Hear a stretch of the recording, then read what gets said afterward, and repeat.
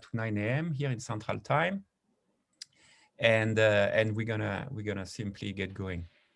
Okay, so actually it is nice. So let's make it happen. So today we're gonna have two presentations which are dealing with environmentally extended input-output methods. You see that the first application is dealing with water scarcity issues, and it's gonna be given by Professor Landon Marston, who's currently in a civil and engineering department at Virginia Tech. And it turns out I'm going to be the second presentation focusing on questions related to air emissions. So Landon, is all yours. All right, great. Well, thanks for having me. I was going to say having me here today, but really I'm in my office. So thanks for having me virtually give a presentation. I really appreciate that. Sandy and I were talking before everyone else got on. I actually did my PhD at University of Illinois. I was not in environment or in your all's department. Instead, I was in civil and environmental engineering, but my work is very interdisciplinary. And so I actually took one of Sandy's classes learning about environmental extended input-output methods. And that's not the key focus of this presentation today, but there is one piece that we actually use that methodology in this work. So there's certainly some relationships there. But the reason I wanted to talk about what I'm going to talk about today, and this is reducing water scarcity by improving water productivity, because it's really kind of the intersection of economics and also more environment or water resources, which is my key focus. And so I'll jump right into it. I'll acknowledge my co-authors. At the bottom, this is a paper, then I'll have the full citation at the end of this presentation that was recently published in Environmental Research Letters in August. And so with that, I want to kind of start with what really motivated this work. And so the EPA, is actually a congressional report in 2014, surveyed water managers across the U.S. and 4 out of 5 states water managers expected that they would have water shortage at some point within the next decade. Again, this report was published in 2014, so that extends to 2023. So we're nearing that time, and this has in fact come true, where many states face some level of water scarcity. So you can see from this figure, this is from a global study done by some colleagues of mine named Mesna McConey and Arian Hoekstra, who passed away recently. And this shows water scarcity within the U.S. And you can see these darker shades of red signify higher levels of water scarcity, especially out in the western part of the U.S., where water both demands but also supplies are relatively scarce in those places.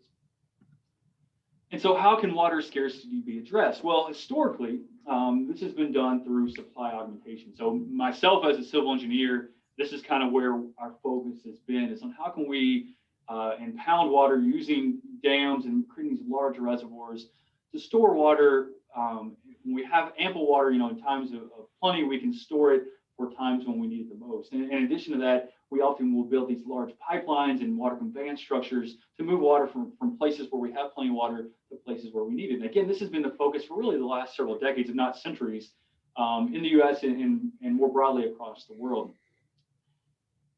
More recently, there's starting to be growing attention on demand management strategies. And in fact, in the last few decades, at least in the US, this balance has shifted, where now, instead of focusing solely on supply augmentation, there's been an increased focus on how we can improve water scarcity or water availability by reducing demand, right? And so there's several measures to do this, but this is brought on by several different factors: environmental concerns, but also that we've exhausted many of the best places to put dams and pipelines. And so we're kind of reaching a limit on the ways that we can improve or increase water supplies in many regions. And so we're looking at this other side, this demand management. And that's really the focus of this paper, is how we can improve demand management. And so you might be thinking to yourself, well, in my own life, how can I reduce water? And this is where a lot of people, think about their daily water use, and when you think about how much water you use per day, you think about brushing your teeth and cleaning your dishes, taking showers, using the restroom, all these things.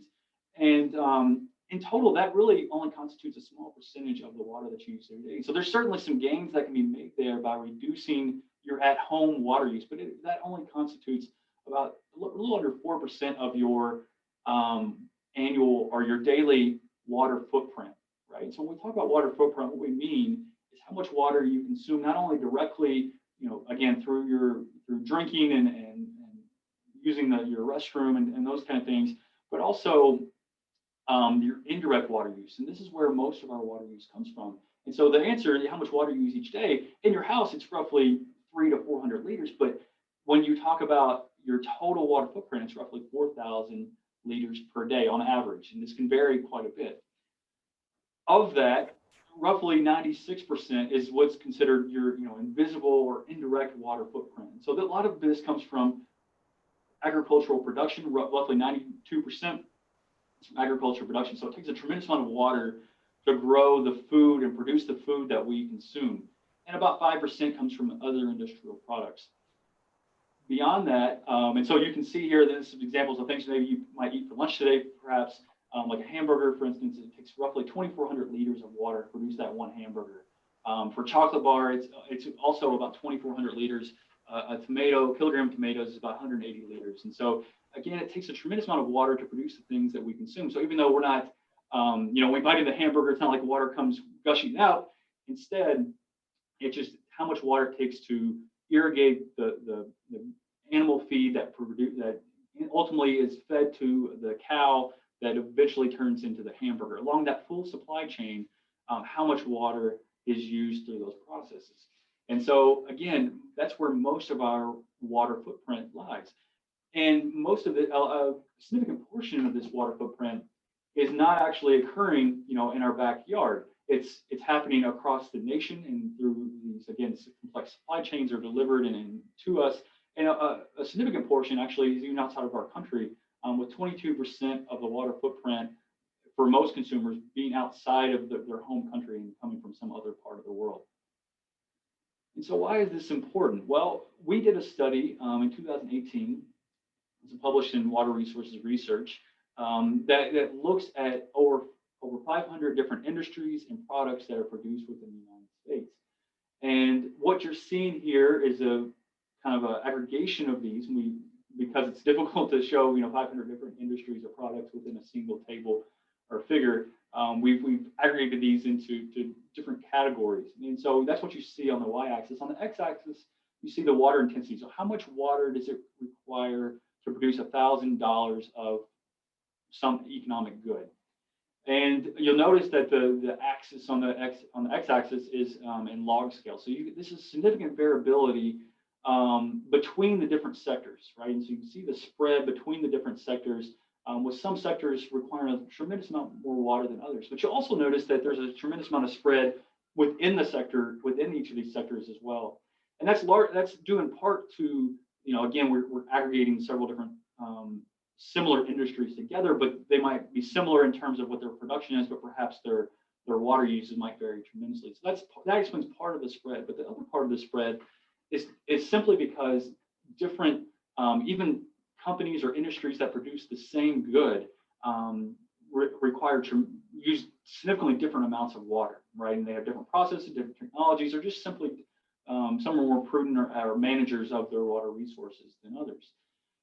And so thinking about this significant variability and differences between the sectors, but also within the sectors, we had this question of what if we could adjust, what if all water users adjusted their water use to match their industry benchmark level, right? So you're kind of thinking about this in this example here. We have this industry that's producing widgets or whatever you want it to produce, but they require a certain amount of water to produce a certain amount of economic good. And so you can see the kind of the ratio up top and then the water that they use below.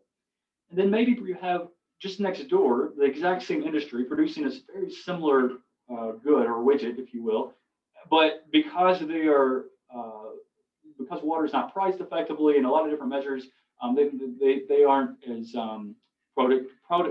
productive with the amount of water. So to produce the same amount of economic good, they require a tremendous amount more water to do that.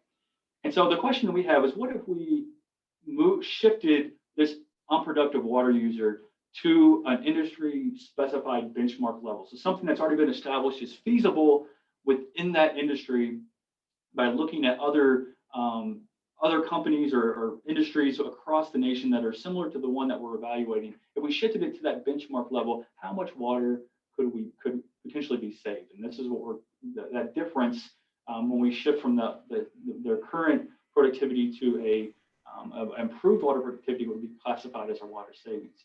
And so we wanted to answer this not only for one industry in one location, but we wanted to do this for several industries, for all industries across the U.S., and calculate their individual water savings. And then we wanted to aggregate that to determine how much water could be saved across the nation, and also where these water savings would occur. And so to do this, we relied on this really rich data set that we developed that I've already alluded to, that was published in the WRR paper back in 2018, where we have hundreds of thousands of individual records for different companies in different locations, or I should say different industries, not specific companies. And so we wanted to set expectations of reasonable water consumptions, constraining them based on current water utilization rates. And so we wanted to ensure, what we did here was we basically built distributions. We had, again, if we maybe use wheat as an example. And so we're looking at wheat farmers within the US, and we build distributions of wheat farmers to determine how much water is required to produce X amount of good. And so when we talk about water here, we're talking about blue water, which is going to be surface water, streams, rivers, lakes, and the such, and groundwater. Okay, and so this is how much water they use to produce that wheat. And so what we set is we built these distributions, and we found the most productive water users in the top decile. And we're classifying that as our benchmark 10 scenario, meaning that we would ultimately end up shifting all of these all of these unproductive users kind of on this end of the extreme of our distribution, and shift them all up into this level of productivity. We also did this for our top quartile, and then also our median value as well. And we're calling this the BM50 scenario and the BM25 scenario, respectively. And one thing important that we've done here is we made sure to constrict or restrict our distributions to industries or to producers that are facing similar constraints. And so going back to the example, I said this is for hundreds of different industries and products, but let's use wheat as another example. And so we wanted to ensure that we weren't comparing wheat farmers in Ohio, which is relatively humid and has ample rainfall, to a wheat farmer in Arizona, right? So we would expect that because of different climatic conditions and constraints, that the wheat farmer in Arizona would naturally have to use more water to produce the same amount of economic activity as a wheat farmer in Ohio. And so what we did was and I'm not going to get too in depth in the methods, but basically we built distributions for individual areas that face similar climate conditions or have similar technologies, if we're talking about thermoelectric power production, for instance. And so in that way, we would be kind of comparing apples to apples. And so we're looking at wheat farmers, for instance, who are just within one small area within Arizona, because they're going to face similar climatic conditions. And that will allow us to produce better estimates of what's actually feasible in terms of improving water productivity. And so for those that aren't familiar, we don't really do much work in the water arena, by and large, 90 to 95% of all water consumption within the U.S. is going to be contributed to agriculture. This is where predominantly most of your water use is going to occur. And even though it's the largest water user, it has the greatest potential for water savings. And so what we've done here, and kind of to orient you with what I'm showing here, we have very high resolution data, but we had to aggregate it again for visualization purposes. And so what you'll see on the x-axis is different regions of the country, and those correspond to the map that you see in the upper right-hand corner. And so we're going to look at how much water could potentially be saved, and that's going to be in your y-axis in cubic kilometers per year. How much water can be saved in each of these different regions. And so we looked at several different crops. These roughly 15 crops or so, 15, 16 crops, or I guess actually 12. We grouped several together in the other category that were relatively minor. But these crops constitute for roughly 90 to 95% of all of the harvested area within the United States. And so we captured most of the major water users in terms of crops within the U.S. And so what I'm showing here is for the South region, to kind of orient you here first, we've got each amount of water savings in the crop sector, broken down by crop, and then shown for each of the three scenarios that I laid out earlier. So we have the BM10, that's the first one. That's, again, if we move the least water productive, the least productive water users to that top decile of water productivity demonstrated by their peers in the neighboring region, how much water could be saved. And we again show this for each crop. We do this likewise for our BM25. So that's, again, that top quartile of water users. We shift all those unproductive water users to that level. And then lastly, the median water use. And so you can see that we're saving just in the southern region as much as 7 cubic kilometers of water per year. And so just for as a point of reference, Lake Mead, which is the largest, and this Lake Mead, we'll talk about this a little bit more in a second. This is whether you might not recognize the name Lake Mead, but you probably recognize the dam that impounds Lake Mead, which is Hoover Dam. It's the largest surface water reservoir in the United States. That holds between 30 to 35 cubic kilometers of water. So just for sake of comparison, this is how much, roughly one fourth to 1/5 of that is being saved annually each year, just in the southern region. We can also look at other regions across the U.S. And so one thing to note here is we see about very intensive very water intensive crops such as alfalfa in the west and the southwest, which have relatively low value, there's a lot of potential for water savings for those specific crops. So this is one of the key takeaways of this study. We also wanted to look we tied this into a large scale or national scale hydrologic model to understand how these water savings could potentially propagate downstream and make more water available for in-stream purposes, whether it's for the environment or potentially for other users. And so what you're seeing in the top left is our baseline flow depletion, meaning how much depletion is currently happening. On the upper right is what you see is when we shift to our BM25 flow depletion scenario, how many streams and their current depletion rate.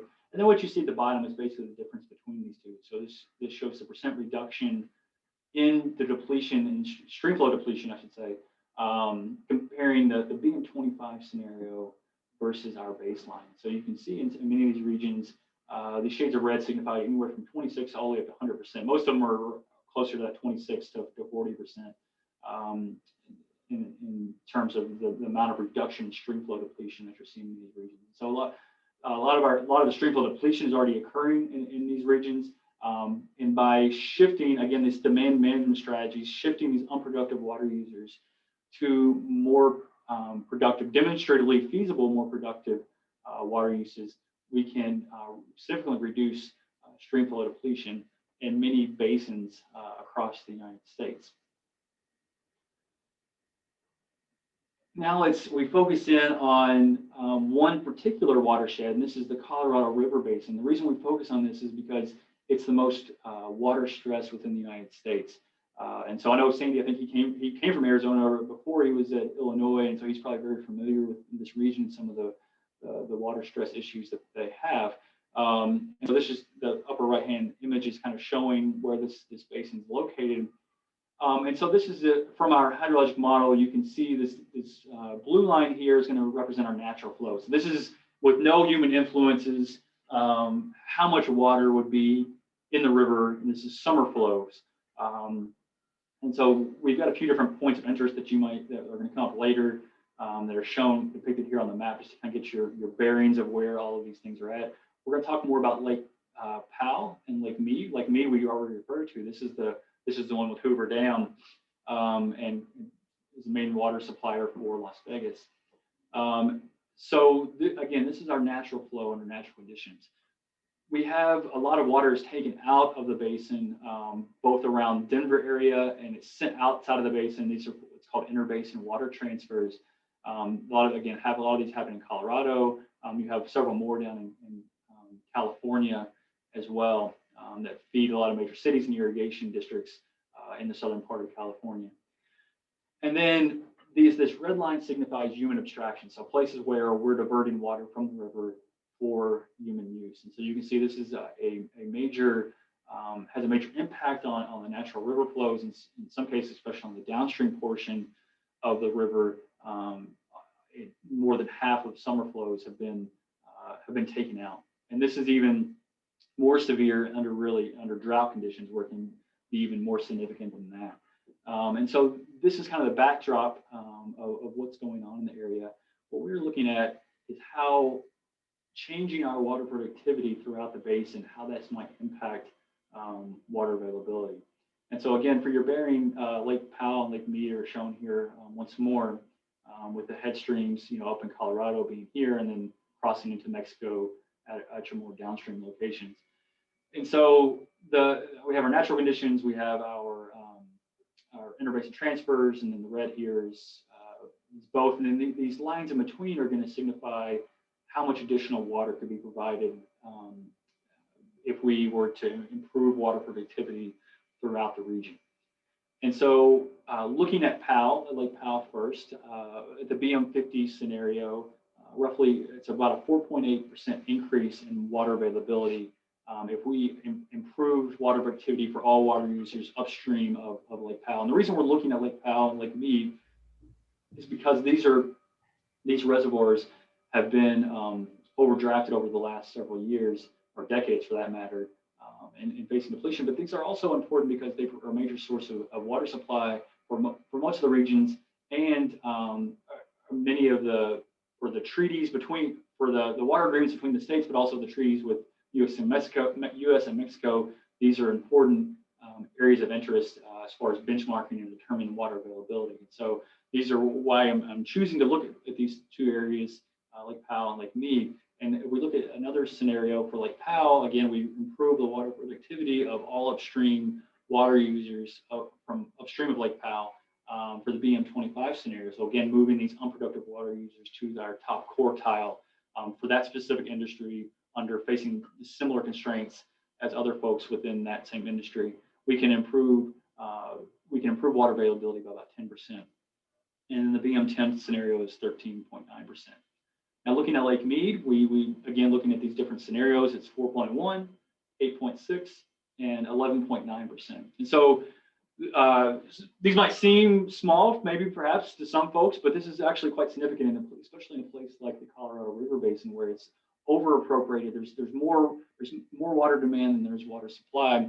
And in fact, this 11.9% reduction in stream flow depletion represents about half of Nevada's water allocation, and most of this is going to go to Las Vegas. It's Lake Powell, or Lake Mead, excuse me, is the major water supplier to the city of Las Vegas. And so this increase in water availability by improving water productivity upstream within the basin can have a significant impact on water availability for the regions, for other water users, but also the environment as well. We have another area of interest is in the northwest part of the United States, and this is the Snake River. And so they're facing a little bit different challenges here, where you have these conflicts between environmental groups, particularly for like salmon runs and things of that like. There's been significant stream flow depletion, which has impacted those populations. But you also have indigenous groups, farmers, which sometimes are one and the same as the indigenous groups, environmentalists. And then you have hydropower and also other forms of electricity production that are all kind of in conflict because of limited water availability. And what we show here in this region is that stream flow, summer stream flow completion can be improved by as much as 25% in some portions of the basin by improving water productivity throughout the region. So there's significant gains that can be achieved by promoting water productivity and shifting these unproductive water users to higher levels of productivity. And so we've kind of talked about specific industry with agriculture. We've talked about specific locations where improving water productivity could benefit both other water users and the environment. But we also wanted to go back, and this is the idea that I kind of introduced at the beginning, talking about kind of supply chain thinking. And this is using where we used our environmental extended input-output model.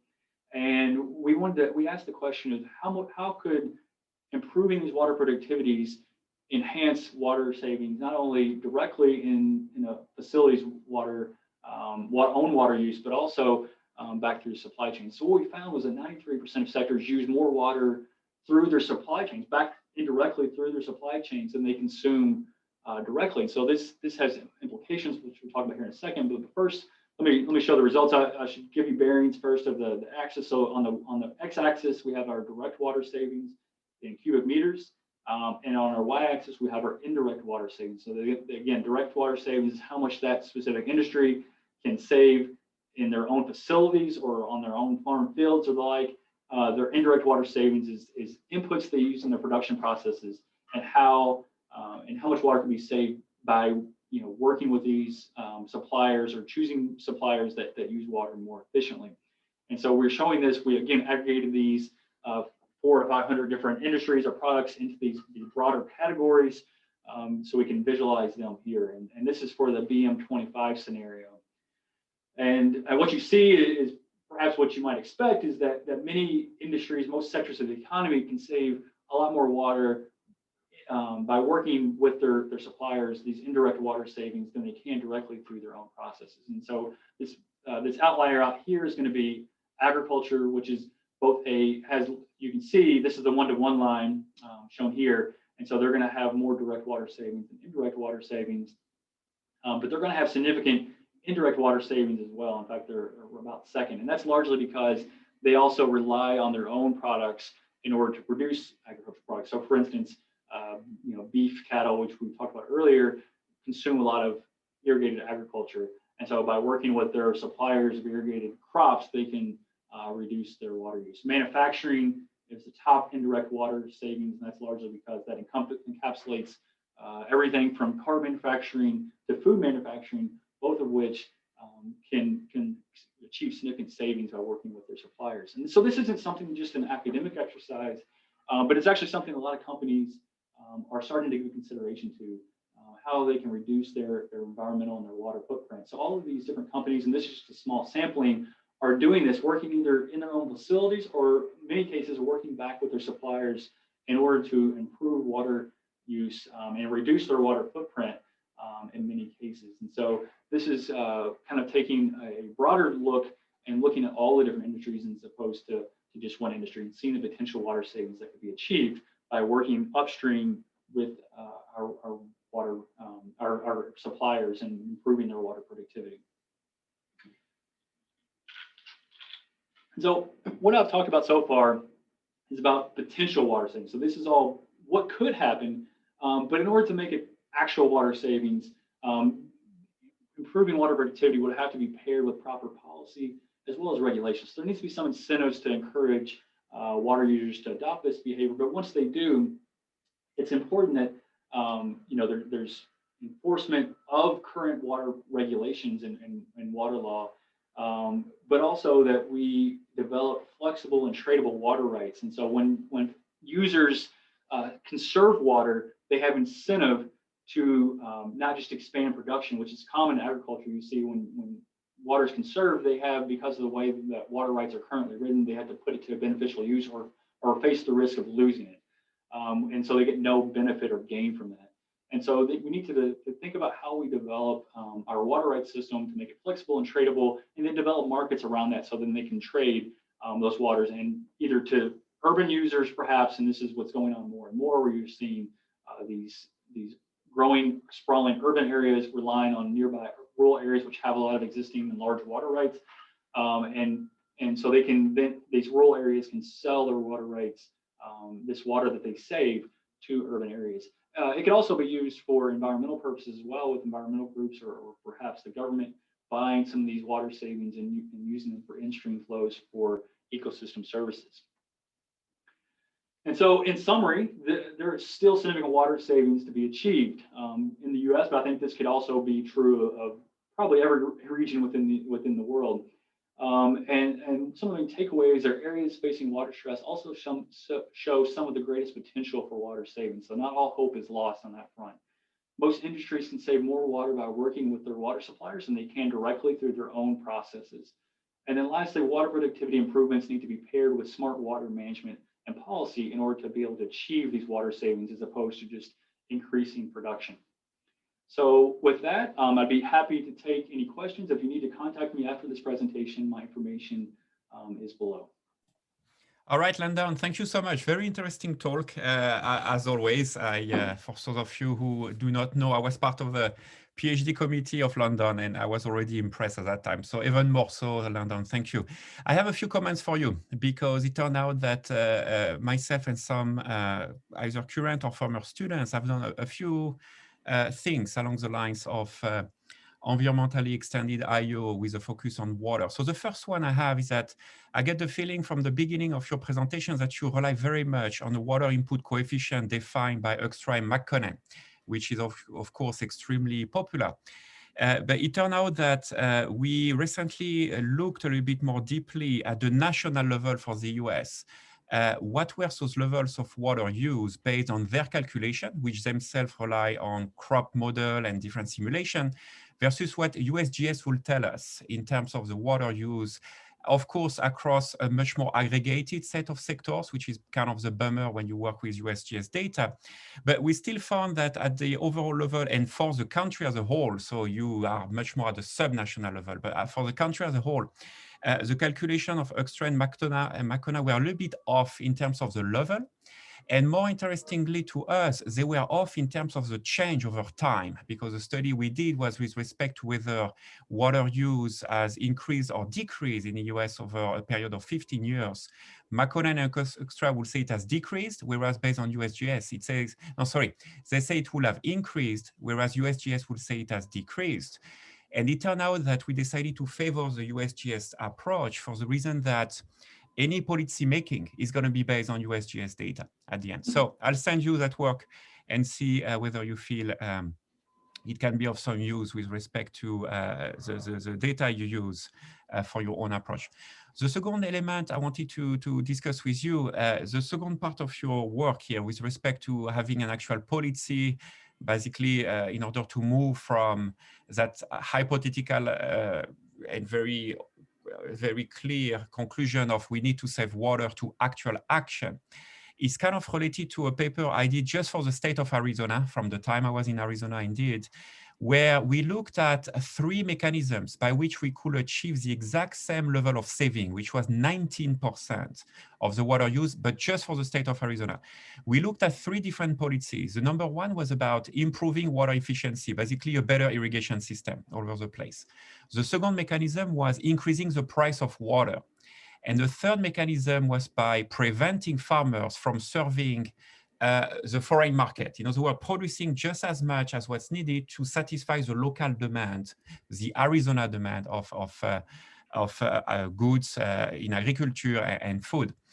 And we, because we are economists, what we did is we looked for each of those 3 cases, what will be the economic impact of it. All of the 3 will lead to a decrease in number of jobs, a decrease in number of output, and changes in the trade balance, how much Arizona is trading with the rest of the US.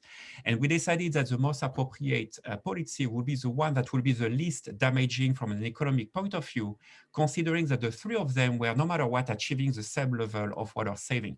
Out of the 3, and I think you pinpoint to it in your own work, the best was to improve the irrigation system. Now, the next question, and you pinpointed at it very nicely towards your last slide, is how do you actually make that happen in the real world? Are you going to make those farmers improve their irrigation system, therefore invest? Certainly, they're not going to be willing to do it by themselves. Are you, on the other hand, going to find a way to subsidize them? And where does the money come from? Is it urban dwellers who agree to pay an extra tax and give it to the farmers, as you have shown? Or is it, say, the federal government stepping in? It's it's difficult. It's really, that part we did not do. It was beyond the scope of the work, but it's a very interesting question. So I'll send you that and you see if it's relevant for you. Very last point, which is more of a question, I would say. What is the input-output database that you use at the end of the day when you're actually looking at that relationship between the direct and indirect use of water? I did not really get that. Yeah. So, okay, let me see if I can remember all 3 of the questions. So the first one related to Hoekstra-McConnell's data set. We actually didn't use Hoekstra-McConnell. We used some national data sets, including USGS as well as some others. And so I think that kind of circumvented that potential issue. And I have actually seen your recent paper, right? It was just published this year, I want to say. Yeah. ESNT, Yes, correct. Yeah. Okay. Yeah. I saw that. It was very interesting. I know you used USGS data there. The second one was dealing with policy. Well, I'm trying to remember now. Yes. So, what is the appropriate way of implementing that water saving? Right. And so I remember you mentioned the Arizona work, and there's been some interesting, and this is more on kind of the popular media side, talking about some of the things that you were alluding to, your third point, which is basically restricting trade of water-intensive goods to just remain within Arizona, because there's been some foreign actors who come in and kind of what's called land grabbing, I guess, because they can go in and Saudi Arabia, for instance, is growing alfalfa, which is very water intensive, with Arizona because of lax groundwater rules in certain parts of the state, producing that and then shipping it back to Saudi Arabia and feeding their dairy cattle, right? And so that's one example of that. And there's been some other examples that I remember this time last year, actually, there was a whole series that was done by some good journalists out there that were looking at these large corporations which are coming in and extracting, large amounts of groundwater, using it and then shipping it out and having little value for the state. But with respect to improving water productivity and increasing, working with farmers specifically to improve the irrigation systems, there's been some examples of this. And so where I came from before I moved to Virginia Tech, in Kansas, they have a history about a decade, or actually 2 decades ago, the state came in and provided incentives. And so financial incentives for farmers to switch from traditional flood and center pivot sprinkler systems to these drop irrigation systems. So basically it's a sprinkler drop irrigation. So it's sprinkler systems and the pivots that drop down and it reduces water use. And so the thinking there was, okay, we'll do this. Farmers they'll conserve water. It will preserve the life of the aquifer, which is that area depends upon. What happened, and there's been some research that's been done in this area, is actually what the farmers did initially reduce their water use, but then they end up expanding their irrigated acreage and switching to more water intensive crops. And so the net effect of this efficient irrigation technologies, they end up using more water. And so this is why we have to think about when we develop policies, not just that, a lot of, especially when you get into ag engineering, it's kind of like, well, how can we continue to innovate and think of new technologies to reduce the amount of crop per drop? But you also have to consider the human element, how people respond to this new technology. In this case, what happened was, again, farmers said, well, I've got this water, it's use it or lose it. So if I don't use it, I don't get any benefit from it. And when you're talking about surface water rights, in many cases, you actually lose that water right if you're not putting it to a beneficial purpose. And so what farmers do instead is say, okay, well, I'll just expand our irrigated acreage, or we'll grow more in water intensive crops. And net effect, again, is in this case, more water withdrawals, but also certainly more water consumption as well. And so this is, again, we have to think about this not just as a technology perspective, and this is what us as, and from my kind of domain, and engineers, oftentimes that's what how do we innovate, how do we build infrastructure, but we also have to think about this human dimension. And I think it's what you guys as economists do well, is think about kind of the full system and how humans respond to these policy regulations that are imposed upon people. Yeah, I think, Landon, you're absolutely right. For our work on Arizona, we concluded that it's very difficult to do anything. So water rights are definitely a big issue. It's not making any sense from an economic perspective. It's all based on historical reasons, trying to develop the western part of the US. And it turned out that farmers are extremely well connected politically, very strong lobbying power. So making changes really is difficult. Why don't we take one question while I start uploading my own slides, because we are a little bit behind time. So if you have a question for Landon, please unmute yourself. Hi, this is Dari Duval. I'm at the University of Arizona. I had a question regarding the issue of consumptive use versus applications, and if that was something that you investigated and how that shifts some of those direct versus indirect effects. Yeah, and so we go with the kind of classic definition of water footprint, which is the consumptive water use. We did, in our analysis, we also have some water withdrawals that we've got the records of all that. We actually didn't include it in the paper just to be consistent. We stayed with the consumptive water use. But yeah, we could, I guess, look at the water withdrawals and make those comparisons as well. We have both in our analysis. All right, and Dari, very good to hear you. Dari was actually in my classes at the University of Arizona, so it's a nice network. Okay, we better get going because I'd like to somewhat try to end at 10. So thank you so much, Landon. Very nice talk as usual. And we're going to move on to talk number 2, which happens to be me. So here we go. We are going to focus still on questions of environmentally extended input-output models. And this time, the application is going to be about air emissions. And as you can see from my title here, it is work that is in common with some colleagues of mine from my department, Yilan Xu. Ran Xu was a visiting scholar from China. Yao Yu is a PhD student in atmospheric science, and Nicole Rimmer is a professor in atmospheric science here at the University of Illinois. So let me here we go. So what are the motivations here? It turned out that nearly a year and a half ago, I went to Korea for the very first time of my life. I was invited for a talk in Seoul University. And at that moment, the big topic was all about reducing air pollution within the country of South Korea. So the professors that I met had different ideas, initiatives, improving, for instance, the level of technology within the country and all. And not being an expert in the field, it still came to my mind that what is the actual role of China, which is located just west of South Korea, into the production of air pollution within South Korea. So that's all it started with. I contacted my colleague, Nicole Rimmer from atmospheric science, and I asked her, is it something you'll be interested in doing? And I know nothing about air pollution movement in the atmosphere, but I know fairly well input-output techniques and how we can convert trade into air emission. And that's it. That's how everything started. So the motivation behind is obviously that air emission is something that we all have to be much more worried about. The world population has grown tremendously over the last decades.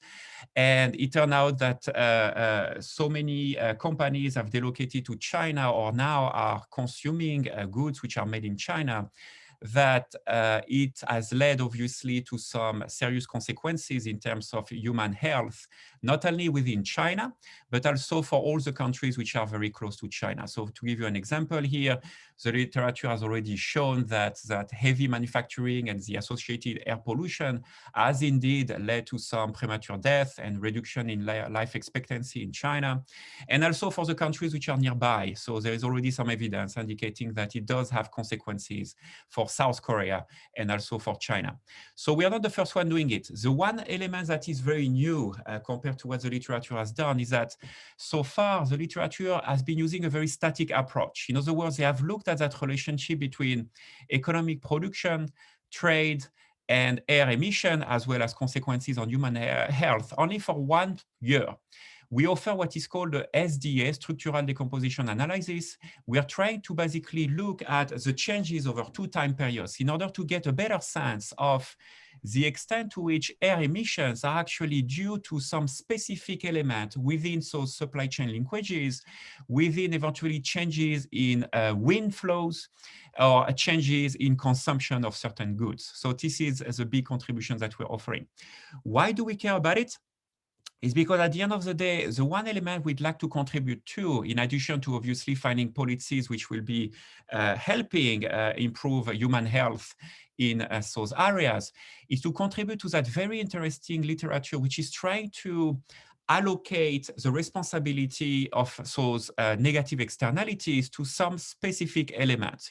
Just to give you some ideas of what I mean here, the Kyoto Protocol, which is pretty much guiding how we allocate responsibility right now in terms of air emission around the world, is using what is called a producer-only strategy. In other words, it is totally blaming the producer for the production of air emission. On the other hand, you have life cycle analysis that will do the other way around. It will totally blame consumers for the fact that they are consuming goods which are high in terms of air emission. We feel that the reality lies somewhere in between. And we are not the first one looking at those questions. There is that very interesting work by Manfred Landon from Australia that is trying to allocate that responsibility to some extent. It's not necessarily 50-50 between producer and consumers. we want to add something to the story, which is by accounting for the actual combination of those air emissions due to the atmospheric flows and the air emissions due to economic activities. So what we're going to do is to really combine those two systems. On the right-hand side, we are going to show you what this paper is all about. It's pretty much a proof of concept here that we have developed over 5 countries around the world. We submitted that for funding to NSF, and see if they decide to fund us, we're going to do it for all the countries around the world. But because it's a very time-consuming activity, we decided to, so far, do it only for 5 countries. So here in the center, you have a sense of what those 5 countries are. You're looking at the US in orange here. You're looking at a big club of Western Europe here in green. You're looking at China in blue. And then here in tiny, you have South Korea in red. It's so small, you cannot really see it on this map. And then the final group is basically rest of the world, everything else. So here's what happened. When you have American consumers or companies, or European consumers or companies that decide to buy goods from China, there will obviously be an export from China either to Europe or to the US. That is going to obviously lead to some pollution over China because of the fact of producing the goods of interest. And that leads to what's happening in terms of atmospheric transport, in a sense that whatever air pollution has been produced due to consumption of American or European consumers is not going to simply be stuck over China because of the wind direction, which as that level of latitude is going eastward. Some of that air pollution is going to be felt over South Korea, is going to move up to North America, even Europe, and it will, of course, go back to China at some point, right? So we are going to look at this process, as I said earlier, not in terms of a static approach, which is just 1 year, which has already been done. Instead, we are going to look at the change over the 1990 until 2014 period. It turned out that at the global level, the air emission over that period have increased by more than 11%. We're going to focus on the countries I just described here, and we will focus on one specific gas, which is carbon monoxide, CO, in part because it's a gas that has been relatively understudied. When looking at air pollution, quite often CO2 or PM 2.5 or PM 10 are quite often studied, but it turned out that CO is one of those gases which is leading to PM 2.5 or leading to CO2. That's the reason why we're interested kind of on the more core gas than those secondary gases that come from it. Let's have a look at the databases here. And that particular slide is much more along the lines of my colleagues from atmospheric science. So I'm always trying my best to make it as clear as I can, but it's definitely not my area, that one. In the field of atmospheric science, when they're looking at CO emissions, they have the capacity to get access to the sources of those CO emissions according to 5 very large economic sectors, which are economic production, industry, transportation, agriculture and waste, and one sector called RCO, residential, commercial, and others. The spatial resolution that they're able to use in order to understand the amount of CO produced of that particular area is roughly 2 by 2.5 degree, which is more or less 300 square kilometers on any grid point around the world. The step which is quite important is to convert that production of air emission into an actual matrix, which is going to end up being the matrix of creation of CO in one country and movement of that CO to another country. So how do we do that? Again, we are using some of the techniques from atmospheric science. It is called the GEOS-Chem model, which is basically based on some technique called tracers, which really allow us to tag those cells, those little particles of CO that really go from any of the grid points you saw earlier to any other of the grid points throughout the world. And then we find a way to simply aggregate all those grid points to the country levels so that we really end up with a matrix of origin of CO to destination of CO. Now, what I mean by destination, unlike maybe goods which are being exported or imported around the world, what I mean by origin destination is basically is going to go over the territory of a destination country and then carry on with this journey, right? It's quite important to make sure you understand gases are not going to be trapped by the boundaries of the countries. They're going to move on. but yet the citizens that belong to the country of interest are going to breathe that CO over a period of time of 1 year, as we have decided it in this study. So it is to some extent still leading us to create that matrix of origin and destination. To give you a sense of what I mean here in terms of the relationship of how much South Korea is receiving from China, over our period of interest here in 1990, South Korea experienced a little bit more than 30 teragrams of CO coming from China. It has increased up to 42 teragrams by 2014, which is our final period. So now what does that mean? Myself, I did not have a good sense of what a teragram of CO really represents. So I asked my colleague from atmospheric science to make sense of that. To give you an idea of what it is, if all the cars in the US were to drive 13,000 miles per year, that will correspond to only 5 teragrams of carbon monoxide. So you have a good sense of the actual amount now of CO that goes from China to South Korea. It is extremely large. On an input-output data set, which we are going to use obviously for the calculation of the trade relationship between all the countries around the world, we're going to be using a very, very popular inter-regional input-output data set called EORA, which is going to be focusing on those 5 areas we have, the 4 countries of interest plus 1, which is the rest of the world. We translated all the data into constant prices, and we also made use of the CO embedded measurements into those production and trade flows that come from data from the European Commission. Why do we focus on the period of interest here, 1990 till 2014? It's simply because at GEOS-Chem database, in order to look at the origin destination flows of CO in the atmosphere, goes up till the year 2014. So we cannot do the earlier work. So what do we have? Here you have a table where on the upper part, you're looking at the changes in CO embedded into trade. So that is purely environmentally extended input-output approach. You have the year 1990 here, and then the year 2014 here on the right-hand side. On the bottom part, you have a similar idea of origin and destination, origins always being by row, destination by column, but in terms of the atmospheric flows. So let's have a detail as to what really happened here. First of all, the global emission over those 2 periods have increased by 11%. It turned out, if you look at the sum here, it has decreased for pretty much all the developed economy. You see for the US, it went from 125 to 51, huge decrease. For Europe, 136 to 39, huge decrease, and so on. As you can expect, it has increased for China from 45 to 86. That is in terms of the CO embedded into the production and the export. China has obviously over that period become part of the World Trade Organization, and it has obviously led to a very large increase in terms of its production and export. At the same time, of course, the population of China has very much increased. So that's one more reason why we see China producing so much more CO embedded in its production and trade. What else do we see?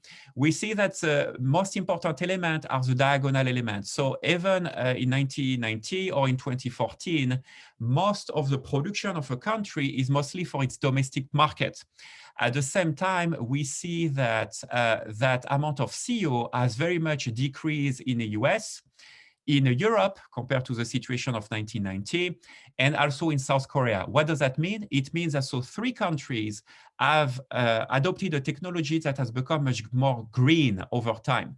It could also be that the most heavy industries, manufacturing industries that those countries have been delocated to China and to those other countries of Southeast Asia.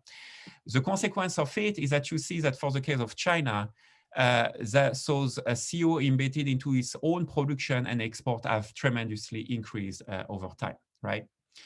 When it comes to atmospheric CO flow, you're looking in this case at what is a production due to economic activities also, but also due to the wind. What do we see is that China, once again, over the most recent years, has been in a situation of producing much more CO and sending out through the atmosphere, through wind, much more CO to any country around the world, basically, compared to the situation of 1990. And it is also true for the rest of the world here. So what do we do? So what I showed you so far is kind of static, just looking at the first year and the final year. Our main point, as I said earlier, is to try to identify what are the main factors that explain the change in that CO that is being produced and then emitted throughout the world. So we use a technique called structural decomposition analysis, where the general idea is to try to understand what are the factors that are going to explain that change in CO that has been produced. In this slide here, you're looking at identifying those factors only from an economic perspective. I do not include the atmosphere yet. I will include it next. So the traditional decomposition of the structural decomposition analysis is going to identify 3 factors.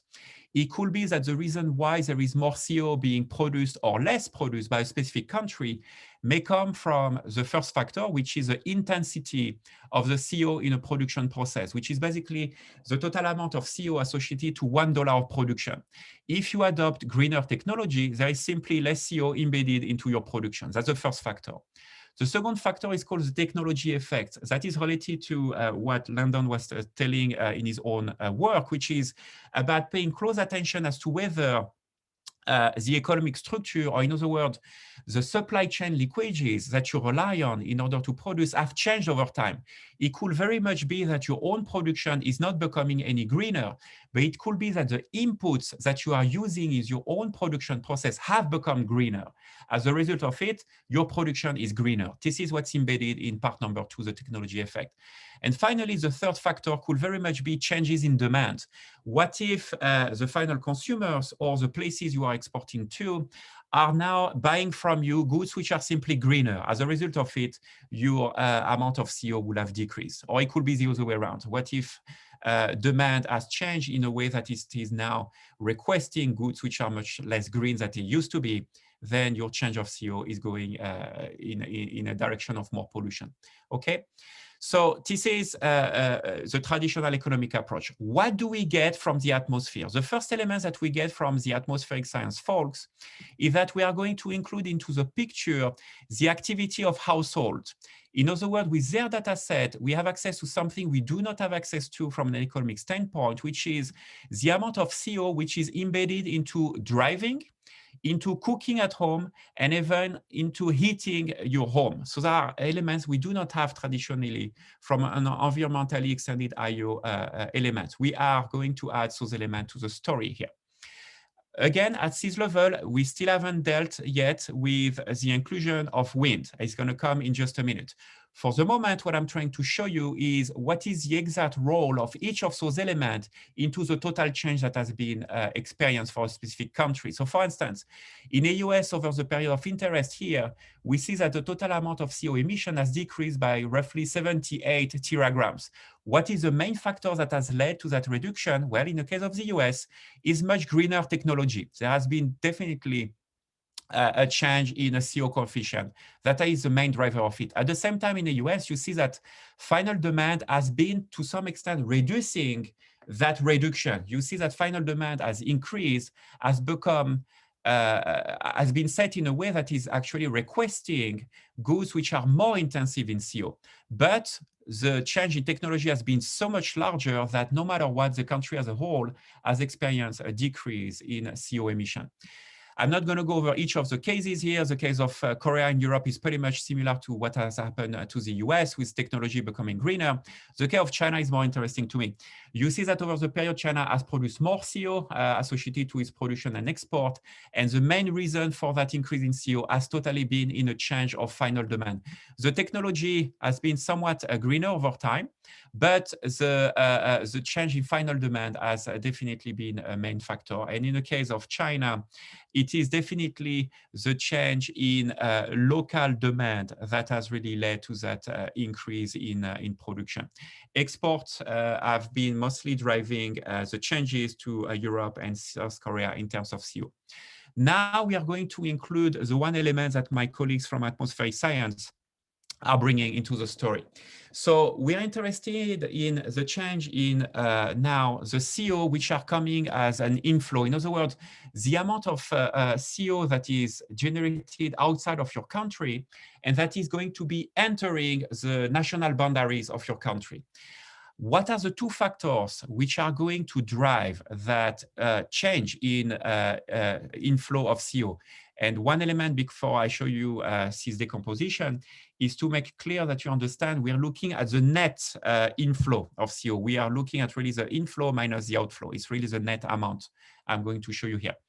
The first element that is driving that change in inflow that you are experiencing from another country is the change in the wind. It could very much be that for some reasons completely exogenous, we have no control over, the winds have simply changed in their direction or intensity and may explain why you are experiencing more or less CO from a different country.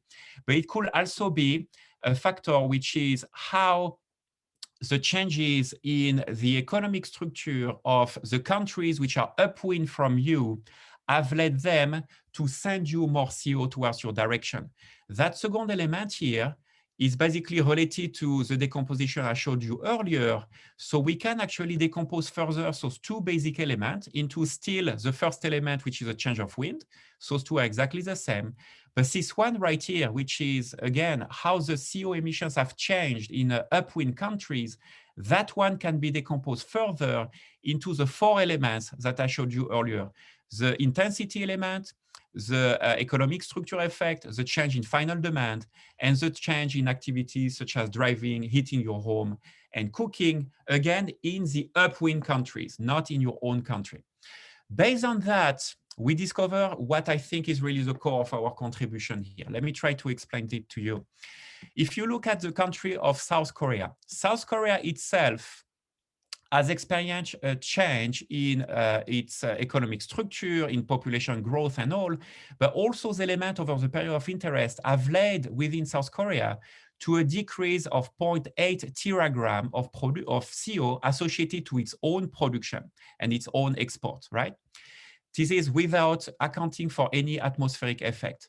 When you account for some atmospheric effect, it turned out that the change of CO inflow going to South Korea have actually increased by 6.1 teragrams. In other words, Korea is very much influenced by what's happening outside of its territory compared to what it is able to get control over. South Korea can control that figure, but it's unable to control that figure because that figure depends on wind element it has no control over, and it depends on economic activities of also upwind countries, and it has very little control over that.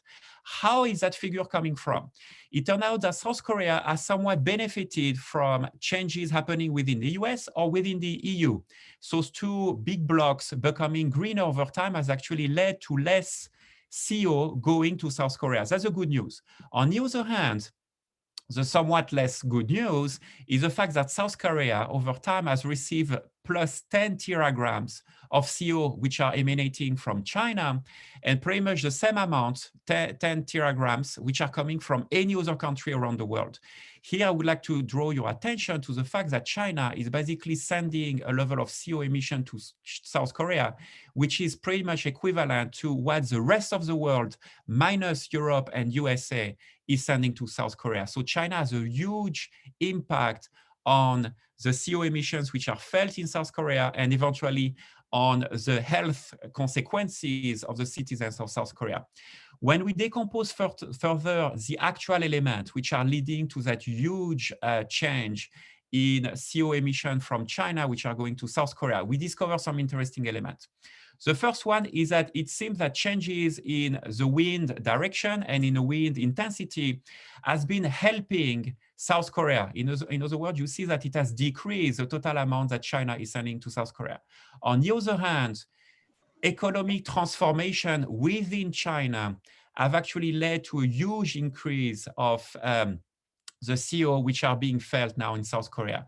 And when decomposing ever further what are those economic factors, it turned out that the number one element is that increase in domestic consumption in China for goods which are intensive in CO, which has led to that huge increase in CO emissions which are being felt in South Korea.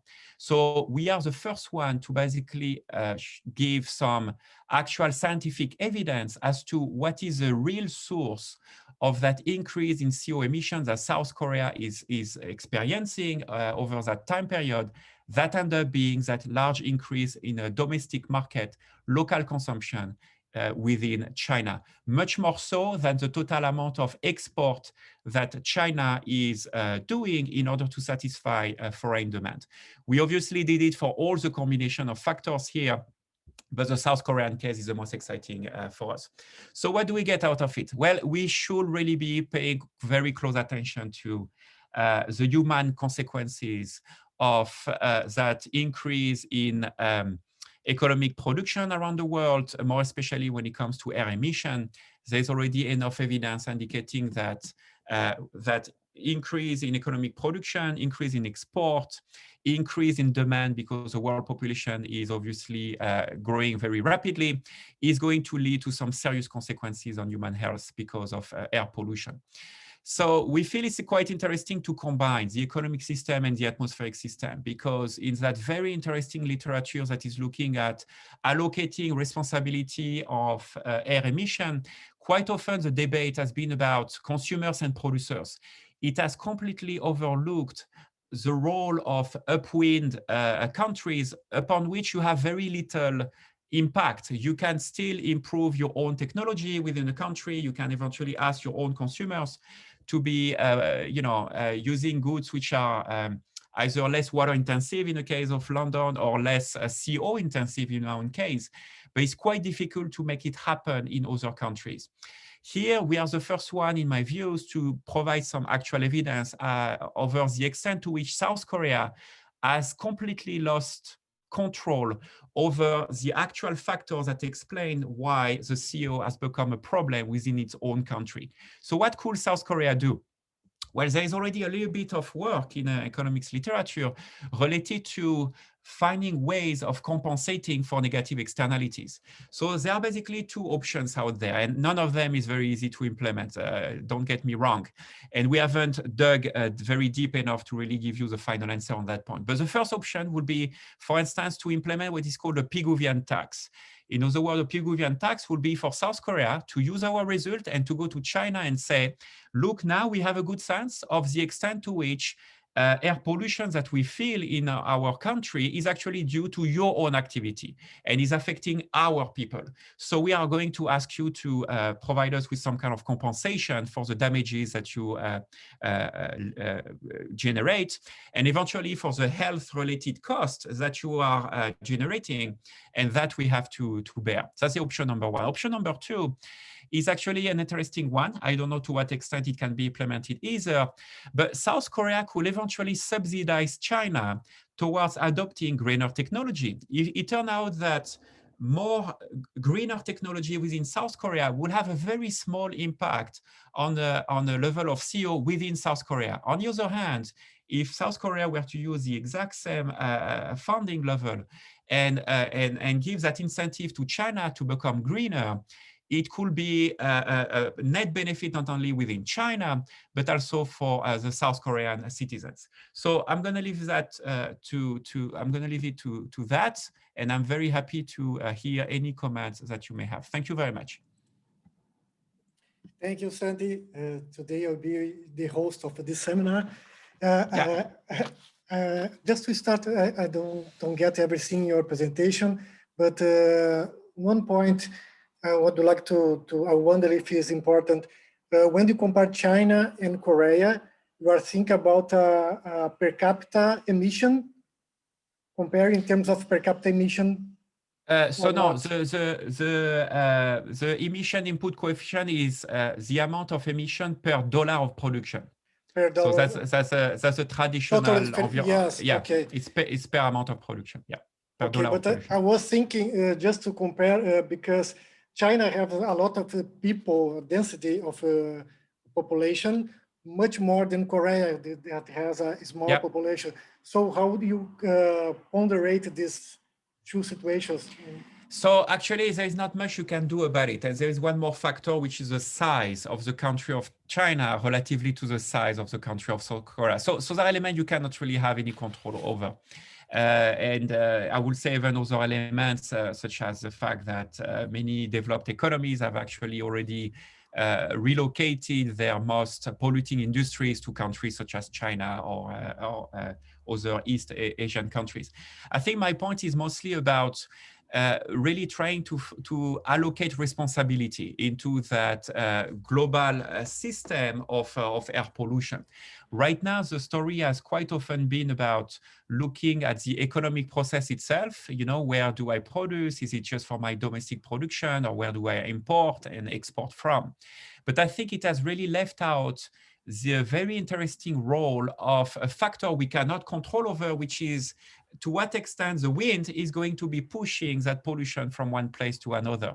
So while we can absolutely not control how the wind really evolves, the one element we might be able to control is get a better understanding of how those upwind countries operate, to what extent their own technologies, their own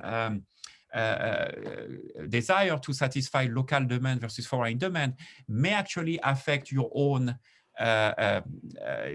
level of CO that is experienced in your country, and as a result, the health issues that can be experienced in your own country.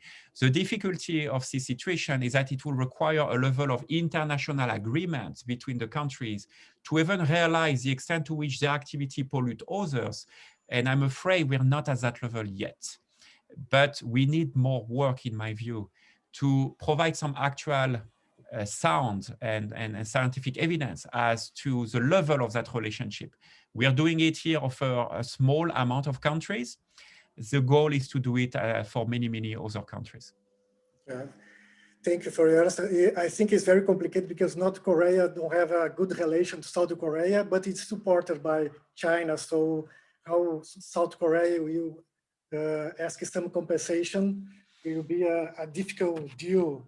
It's a very tricky, yes, actually that last part goes a little bit beyond my own field. I think it's more of a legal issues, international agreement. It's very complicated.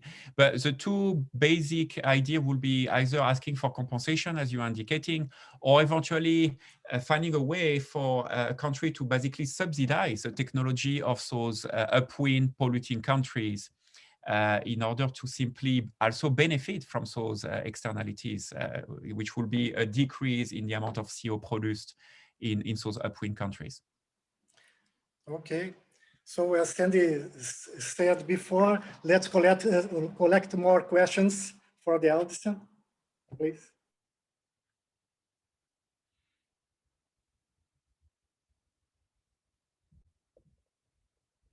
So if not, no problem. If you are interested in this, let me know. I'm very happy to be sharing with everyone the slides. And if you have ideas of how you feel we could extend this a bit further, just let me know. It's Hola, Sandy. Okay, Rafael. Okay, yeah. Just a quick question. Do you think that we can do something like that for, of course, I'm more interested in Latin American countries, specifically for Mexico. Do you think that that would be possible? Absolutely. So I want to, so there is full information for the economic part, obviously, into those environmentally extended input-output systems. I want to be honest, as economists, we are not very much trained to be dealing with the atmospheric type of transport. It's really a specialty on its own. I've learned a lot from my co-author in that field. But the one interesting point is that if you really end up combining those two systems, you can actually very easily replicate this approach here, get a better sense of the extent to which some of those flows may end up being experienced within Mexico, of course. Yes, it is absolutely feasible, yeah. Yeah, because that's my concern. I mean, as you know, it's not my area of specialty, but I'll be very interested in that kind of a spread, of the contamination that, for example, Mexico City is doing into the other cities around them. Then it will be very interesting to see the effect that we are getting because of other city or other state that is affecting us. Yeah, absolutely. So you see, obviously, the difficulty of that. It will be that while on the atmospheric side is somewhat feasible, so those guys can definitely get a measurement of the CO produced, release, and movement on very fine scale. The difficulty, if you were to do it at the subnational level, as you'd like to do, is that then you're going to be short in terms of the input-output data related to, you know, the trade flows within the country. But were you to have access to the two of them, it becomes extremely interesting. Yeah. Perfect. Excellent. We will talk about that later. Thank you about that. Sure, absolutely. Yeah, no, thanks for your question, Rafael. Okay, I think we're going to leave it to that because we are a little bit beyond the time here. So thank you so much to everybody for attending the presentations today.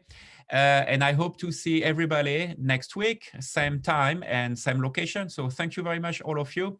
Augusto and Eduardo have to stay to discuss how to organize the next semester and the seminar. So feel free, everybody else, to leave and just to leave Augusto and myself.